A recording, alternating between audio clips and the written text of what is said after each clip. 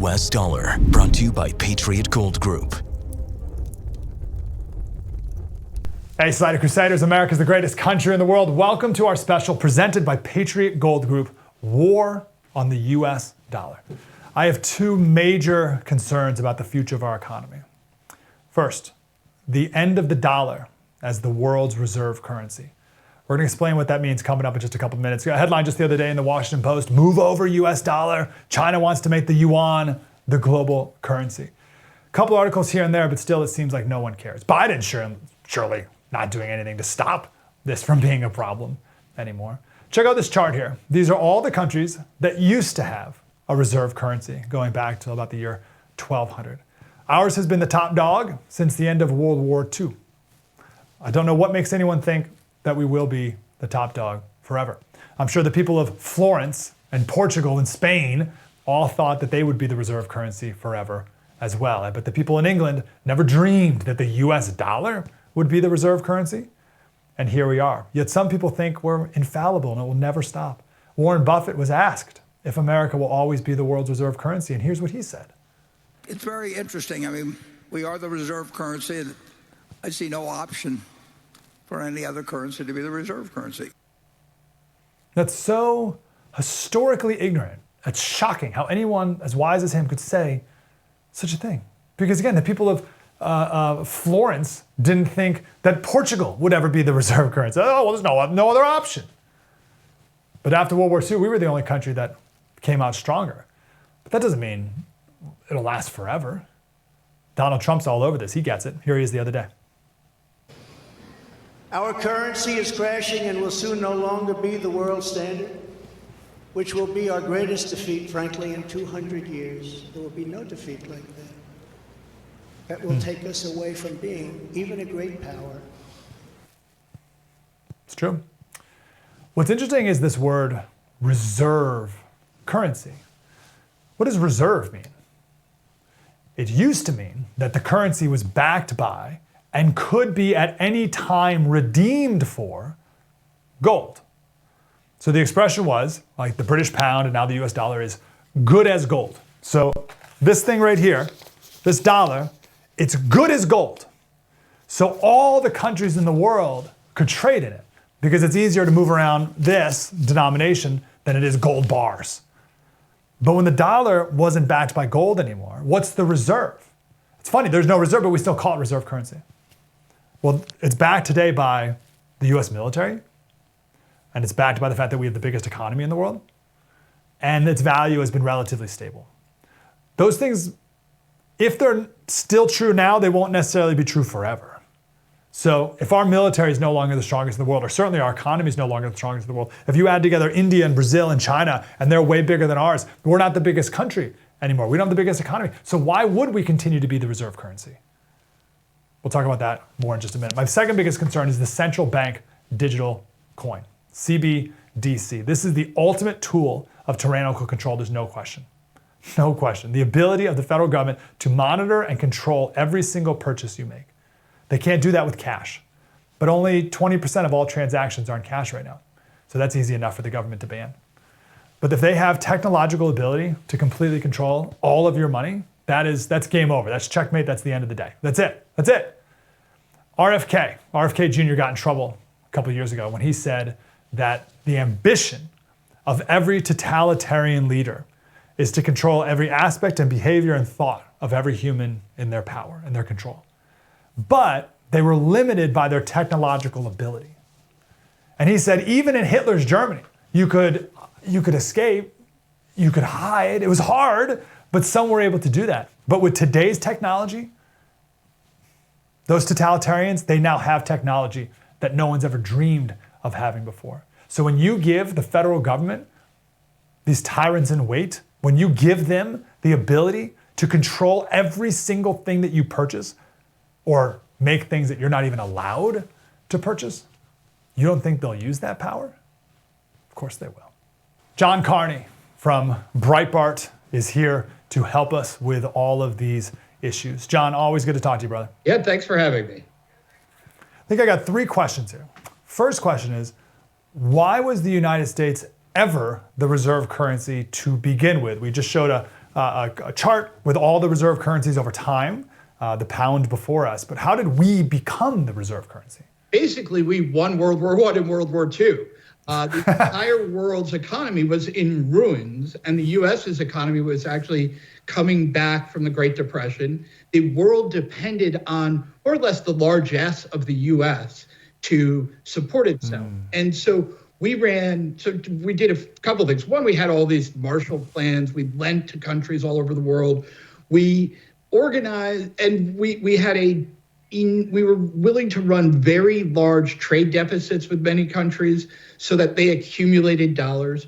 And so in this way, we became the world's reserve currency. And then in the 1970s, we went even further because we started allowing central banks around the world to more or less lend out dollars, particularly in Europe, so that they then had the facility you could borrow in dollars in Europe and then for buy things that were denominated in dollars, such as oil. So it really was the war, followed by the Cold War, and followed by our efforts to basically support the economy of everywhere that wasn't the Soviet Union.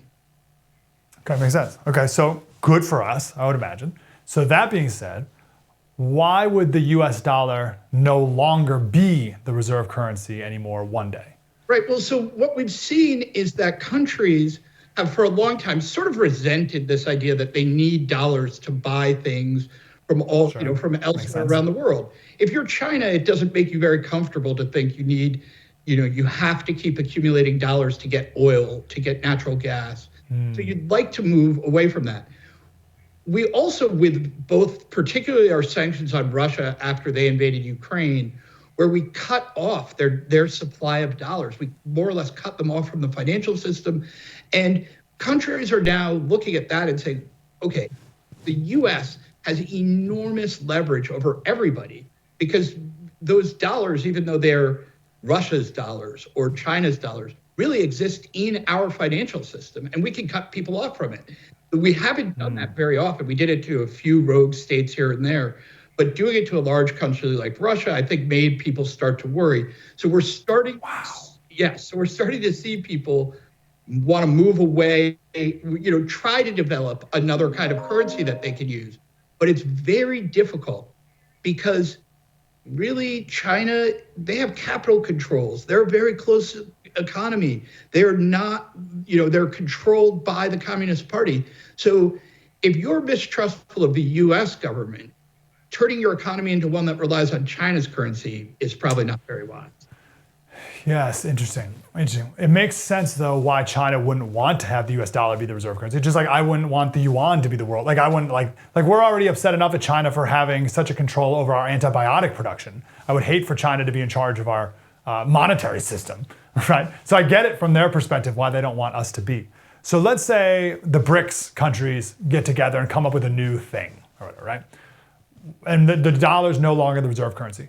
What's the problem with that? Why does that hurt me, day to day, Mike Slater, John Carney, walking around in America? How is that bad for us? Well, so let's say that it's not just the BRICS countries, but energy producing countries, OPEC, for instance, or other countries that are making things that we want to buy. If we have to accumulate their currencies to buy it, that makes it much more difficult for us. Right now, we can, the Federal Reserve, the US government can print money if it needs to empower us to buy things around the world. And we can't print the yuan. That said, I don't think that if we get displaced as the only currency, as the only reserve currency for the rest of the world, that's going to be as big of a problem, because it's not like France, the UK, Germany, even Mexico is going to start regularly using yuan to purchase stuff. That's not going to happen. So what we'll probably see is, instead of a globally dominant dollar, we'll see a fractioning of the monetary system, where you'll have some countries that are dollar system and other countries that are on whatever system gets developed. Oh, interesting. Okay. Still, though, not great for us. Right? It's best that we're the... Is the way I'd put it. And it might not be great for us, but then again, being the reserve currency actually has its costs. I mean, one of the ways we became the reserve currency is we run trade deficits all over the world. That might become less necessary if we're not the reserve currency. So in other words, we may actually be more incentivized to make things at home if we're not the reserve currency. Oh, interesting. And it wouldn't be as easy to print a bunch of dollars all the time to solve all of our problems. Might not be as inflationary as we have been. Okay, interesting. Yeah. I got about 30 seconds. What is the role of gold in all of this, right? If we're no longer the reserve currency, but gold's been around for thousands of years, how does that play into it and for people to own gold? Right. Well, I think gold has a place in people's portfolios. I'm not a gold bug. I'm not somebody who says, sell all your dollars and buy all gold. But, having some gold makes some sense, in part because it has, over the course of history, proved to be a very effective hedge against the devaluation of dollars or pounds or whatever currency it was. Holding gold was a way to kind of make the transition. So if you're worried, okay, there might be some new currency, maybe you'll want to buy that currency with gold rather than dollars. Yeah, smart. All right, John Carney, Breitbart.com, and sign up for the newsletter, Breitbart Business Digest. It's fantastic and really the only business newsletter I trust. John, good to talk to you, brother. Thank you. Appreciate you. Bottom line for me is, do I trust the people in DC who are in charge of our money supply to make good decisions? Do you? Do you trust our good friends in Washington, D.C. to make good monetary decisions? No, I do not. No way when Biden and his team were thinking about putting sanctions on Russia, were they even thinking ahead of, this will push Russia out of the system, the dollar system, and then they'll start making a reserve currency with Saudi Arabia and China. They weren't thinking that far ahead because they never do. Are we just going to bail ourselves out forever? I don't think we can. Would I regret it if I didn't own at least some gold? Yes, one day I believe I would regret it if I did not buy at least some. So I looked up the best company to buy gold, and that's Patriot Gold Group, to own physical gold and silver. And you can also talk about if you're eligible for a no fee for life IRA on qualifying rollovers for your IRA or 401k. You can hold those in physical gold and silver as well. And Patriot Gold Group is the Consumer Affairs top rated gold IRA dealer 6 years in a row and counting. There's a number on your screen right now, 1-888-617-6122 for a free investor's guide. PatriotGoldGroup.com. You're watching The War on the U.S. Dollar, brought to you by Patriot Gold Group.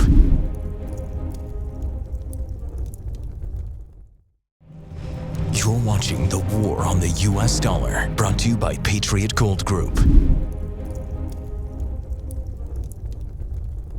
Iran gets together with Saudi Arabia through China. And China's taken over. And China, I heard a couple of people say, well, the dollar will never lose the dollar standard. Are they kidding? China wants to change the standard, the currency standard. And if that happens, that's like losing a world war.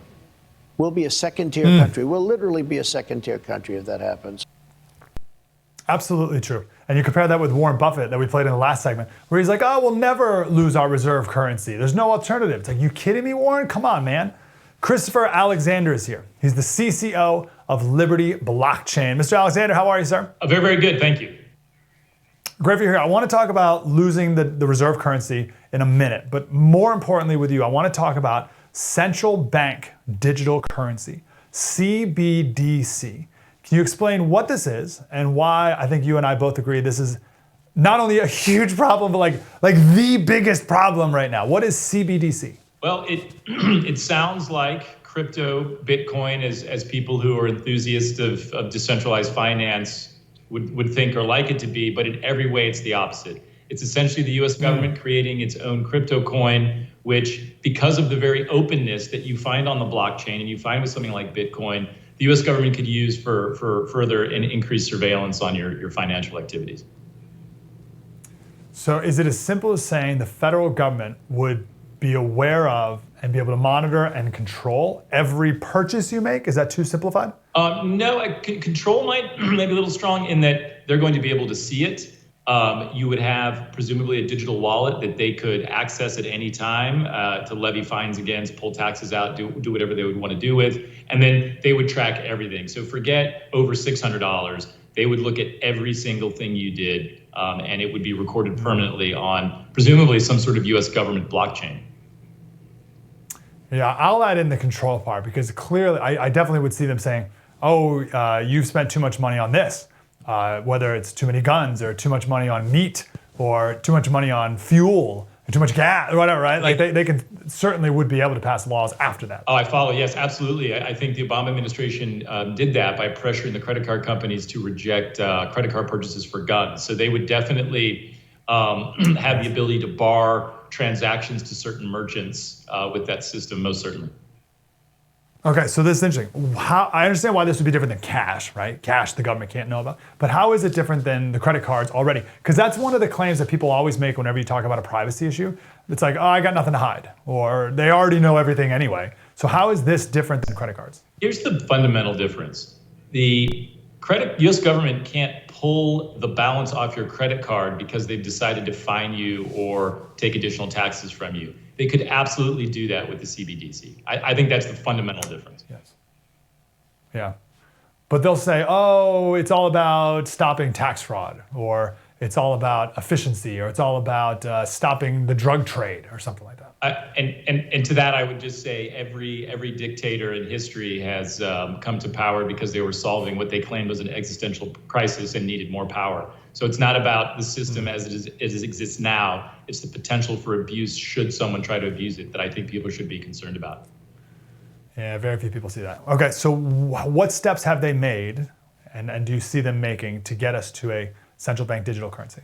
Well, there's development in progress that's going on. One, there was strategic guidance that came from the administration on two fronts. One about developing this, which the Biden administration argues will allow for easy transfer of payments and the like, and be a convenience.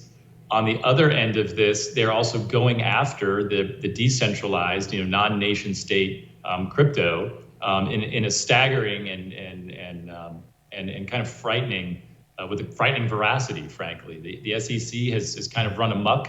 There's a leaked memo now from the Democrats on the Hill saying that they want to go after crypto. Less than 1% of crypto transactions are involved in fraud, yet we repeatedly hear someone like Senator Elizabeth Warren say that crypto is this massive fraudulent money laundering enterprise.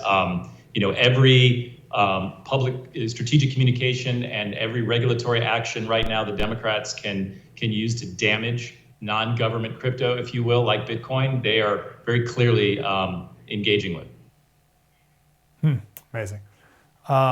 They'd have to ban cash, right, in order for this to be implemented, which I don't think would be that hard of a thing.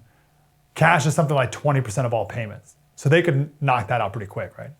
Absolutely. You see, increasingly, it's inconvenient to handle cash, and you see businesses, certainly here in the DC, Baltimore area, that say we no longer accept cash, which of course is horrific for the unbanked.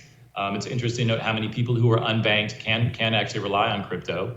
I should point out, but absolutely. And again, the big difference here is they make it inconvenient for cash. You could still keep your cash, and they can't. I mean, it's very difficult for them to come get it. But at the push of a button, they could retroactively pass a tax and pull everything right out of your digital wallet that holds this new U.S. government crypto coin. Yes, you're right. You're right. They'd have total control over the money you have too in your bank or whatever. Yeah, it doesn't take long, and it doesn't take that cynical of a mind to sit down for 30 seconds and think about all the dystopian things that a federal government could do when they have total and complete control over not only the money supply at large in our country, but your money supply in your bank account and what you spend money on and receive money about and save money on and invest money in. To give that access to the federal government, that's catastrophic. Absolutely. And if you think they're not establishing precedents right now, the SEC has refused for years to regulate the crypto market. You're seeing that with the Ripple case. Coinbase cost the Ripple folks $200 million in legal fees to fight this, and that looks like they're going to win their case, where they're saying we're not a security and you can't regulate us. But one of the things that the SEC has been doing is refusing to engage, almost a pocket veto, then coming back and saying, oh, now you violated this. and then fining companies. Okay. That's what they did to Kraken. So if they can do it to a company, if it's in their interest, they're going to do it to an individual as well. Absolutely. So we've been talking about solutions or hedges, like which is wise things we can think about as this is all true. How would gold fit into this, right? So this blockchain stuff, this crypto, that's all new. Gold is as ancient as can be. Is there a role for gold here? You know, it's interesting. There are efforts to NFT or to digitize gold. It's really, really complicated. It's still not the same thing. And I would point this out. At the end of the day, I can go to a jewelry store down the street. I can contact someone and I can buy gold and I can hold it, keep it, store it. While you can argue you can hold your digital currency in what's called a cold wallet, I think while you can debate there's a store of value in each, gold is much more widely accepted than crypto and has been for several thousand years. And I think the ability, the tangibility, the physical tangibility of it is an important aspect that sets it apart from crypto. Yeah, something you could hold in your hands. That's important and will become more and more important as things collapse and get worse. Christopher Alexander, CCO of Liberty Blockchain. Christopher, thanks for the insight. We'll definitely talk again. I'm grateful. Thank you.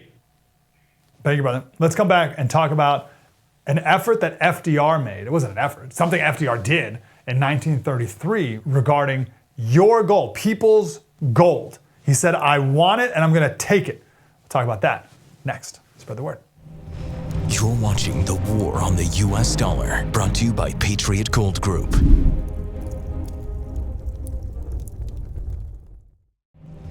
You're watching The War on the U.S. Dollar, brought to you by Patriot Gold Group.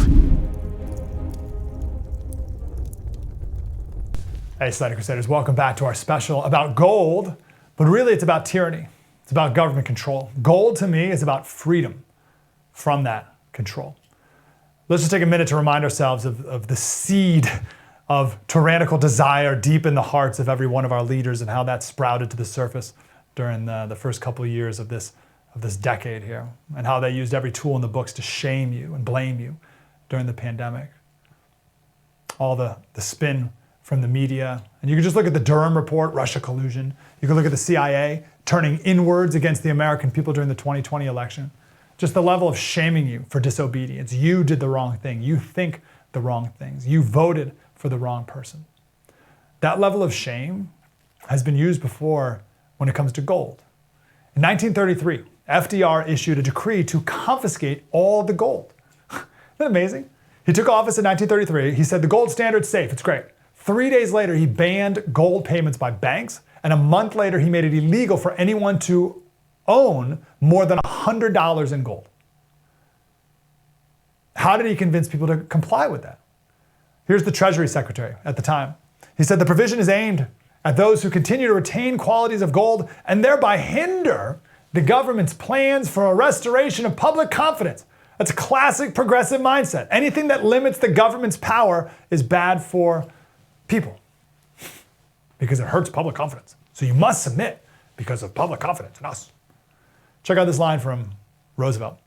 He said, many persons throughout the U.S. have hastened to turn in gold of their possession as an expression of their faith in the government and as a result of their desire to be helpful in the emergency.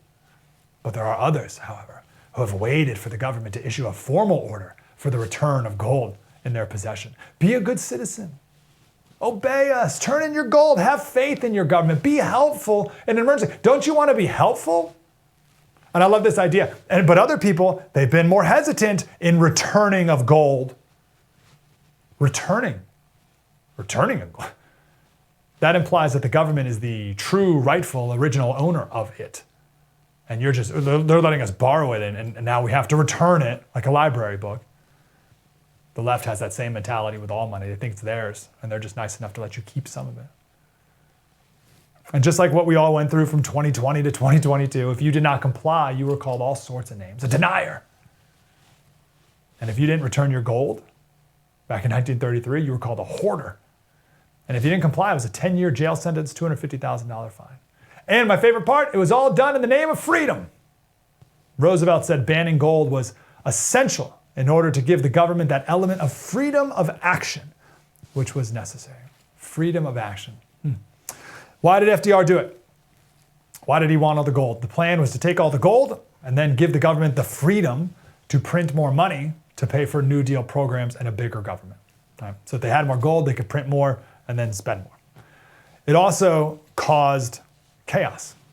And that's what the left loves. They love chaos. Because the Roosevelt administration could just set a new price of gold every day, no banks knew what to do, and private lending just stopped. And there was a senator at the time who said no man outside of a lunatic asylum would loan his money today on a farm mortgage because it was just so hostile and crazy. So that means the government could come in and fix the problem of no banks lending money. The problem that the government, caused. Again, classic government.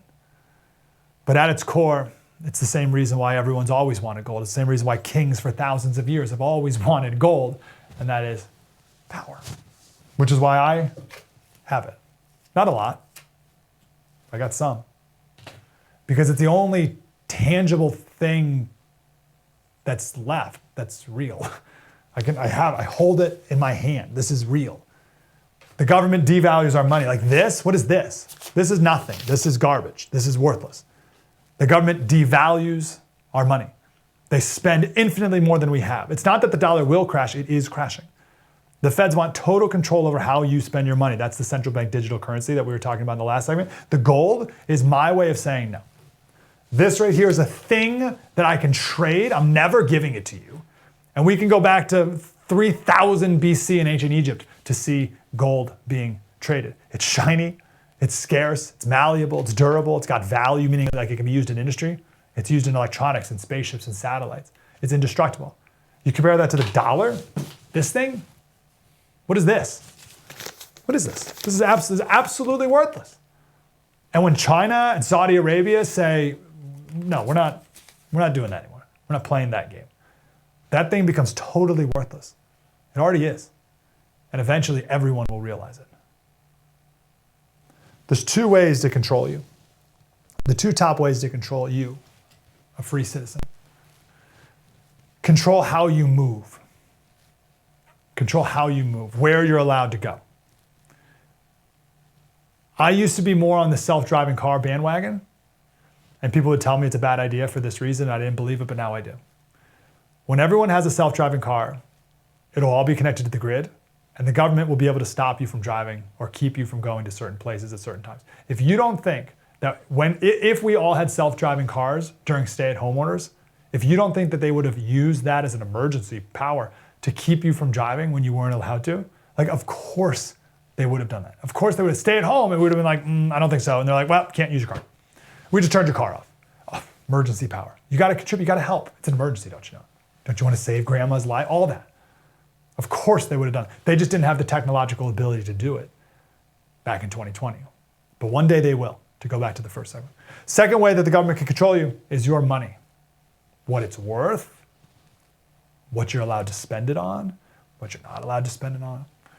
I have gold for when it hits the fan as well. When I call Patriot Gold Group, so this gold, I know you can't tell right now, but there's a little, it breaks off into little tiny squares, right? So this is like a lot of money, but if you break off each little thing, then you have a little bit of money to give for gas or bullets or food or whatever it is. So I have gold for when it all hits the fan as well, because they can't make that worthless, no matter what they do. When FDR confiscated gold, it was $35 an ounce. Now it's $2,000. So even he couldn't make gold worthless. No tyrant has ever been able to do that. So see if gold's right for you. You call Patriot Gold Group. That's where I bought gold, for a free investor's guide. Any questions you have, those are the guys to talk to. They'll walk you through it. It is shockingly easy to own gold. The FedEx guy, distinctly remember, the FedEx guy brings it to your door and hands you an envelope with gold. It's crazy. And I trust it, and I trust Patriot Gold Group. They call themselves Patriot Gold Group for a reason. We're on the same team. They're doing this for the right reasons. Call, see if you're eligible for a no fee for life IRA, and you can have your IRA or 401k in physical gold or silver as well. 1-888-617-6122. You got the number right there on the screen. You give them a call, get a free investor's guide, and know that Patriot Gold Group is the Consumer Affairs top-rated gold IRA dealer 6 years in a row and counting. So it's not just me saying they're the best. patriotgoldgroup.com. You're watching The War on the U.S. Dollar, brought to you by Patriot Gold Group.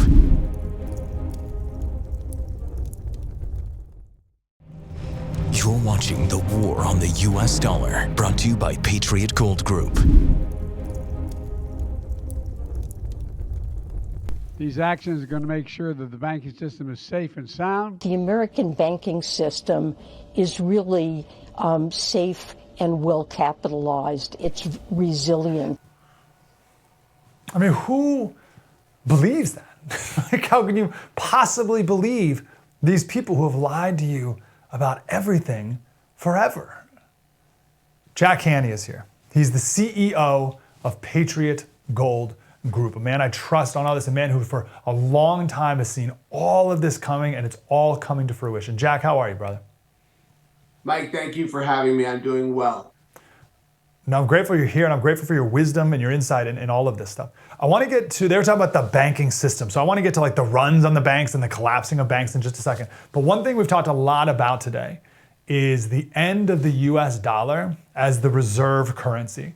This is not getting nearly enough attention, and I feel like it's devastating, but I want to know exactly how and get more people to be aware of that. So that's the first question, is what does this mean? And then what is the, if we do lose the dollar as the reserve currency, what does that mean for gold? Well, there's a global trend right now, a de-dollarization trend, especially with the development of BRICS, which is Brazil, Russia, India, China, and South Africa, Turkey, Egypt, Saudi Arabia, Germany, and even Mexico. 19 other countries have applied to be a part of BRICS. It's the hottest ticket in town, which is a new basket reserve currency. Many speculate that it'll be backed by a basket of commodities, primarily gold, silver, natural gas, and oil. And this really began with this administration imposing such harsh sanctions on Russia. So when Russia invaded Ukraine and this administration imposed sanctions, seizing oligarchs' yachts and kicking Russia out of the SWIFT banking system, Saudi Arabia, China, Russia really started pushing. There's this global trend right now to move away from the dollar as the dominant reserve currency. What an interesting unintended consequence that I wonder if they even considered when they decided to do all those things, like kicking Russia out of SWIFT and all that other stuff. So if this happens, when this happens, because as we talked about earlier, there's been a lot of reserve currencies, and I'm sure every single person who lived during a reserve currency thought they'd always be the reserve currency, and it never lasts forever. So when this does happen, what does that mean for gold? Well, a few things.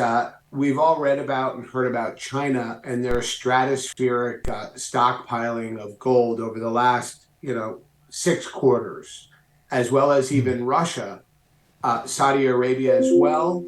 And what we're looking at is this new basket reserve currency, BRICS, would be backed by a basket of commodities, primarily gold and silver. What will happen then is demand will so overpower supply that we've heard forecasts from Jefferies Group of over $5,500 an ounce. We're hearing from Wells Fargo and Bank of America of $3,000 an ounce gold, and gold today sits at $2,000. Because they would not be as foolish as we are to not have it backed by something, right? They would back it with something. Well, ever since Nixon took us off the gold standard back in '71, and we went from a gold-backed dollar to a fiat currency, meaning that it's backed by nothing, what we've only seen is the US dollar devalue by about 92% and lose about 92% of its purchasing power. We saw this over the past 2 years with the trillions of dollars that this government has printed, that the US dollar has lost about 14% of its purchasing power. One thing I do want to mention, I'm not a certified financial investment advisor, nor do I give tax advice, but what I can tell you, I've been on the front lines here in gold now for over 15 years, and the demand for physical gold has increased tenfold. just over the last 3 years. I bought some from you. Got this, a couple others as well. So let's go to the bank runs and bank collapses. It started with, what was the first one? Silicon Valley, right? And Silicon Valley. you kept being told, oh, it's great, it's fine. Yeah, no problem. Everything's great. Banking system's great, fantastic.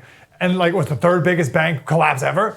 And then it was a couple others, like it's been like two big ones now. There's like three total, and I don't see it necessarily ending. So what does that mean for gold? Well, you played a clip with, Biden and then Janet Yellen. But Warren Buffett, who I trust quite a bit more, said that many more regional banks will collapse. Now, this started with Silicon Valley Bank, and then it was Signature Bank, but then it moved on to Credit Suisse, and then First Republic Bank, which is the 14th largest bank in the United States. 3 of the largest 30 banks in the United States have since collapsed in the last 2 months.